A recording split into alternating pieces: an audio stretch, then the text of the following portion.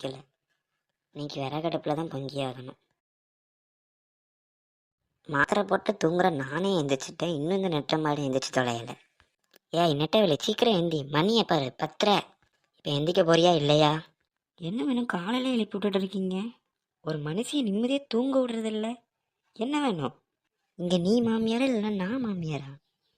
ஓவரா பேசுனா தொண்டையில மிதிச்சு விடுவேன். என்ன லுக்கு?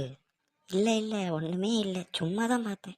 லுக்கு விடுறதெல்லாம் இருக்கட்டும், முதல்ல போய் விறகு பறிக்கிட்டு வா. எதுக்கு அத்தை காலையிலே விறகு பறிக்க சொல்கிறீங்க? ஒரு சிலிண்டர் தான் இருக்குது, அதுவும் இன்னும் கொஞ்சம் நாளில் காலியாயிரும். அதுவும் காலியாகிக்கிட்டே என்ன செய்ய ஆத்திர அவசரத்துக்கு?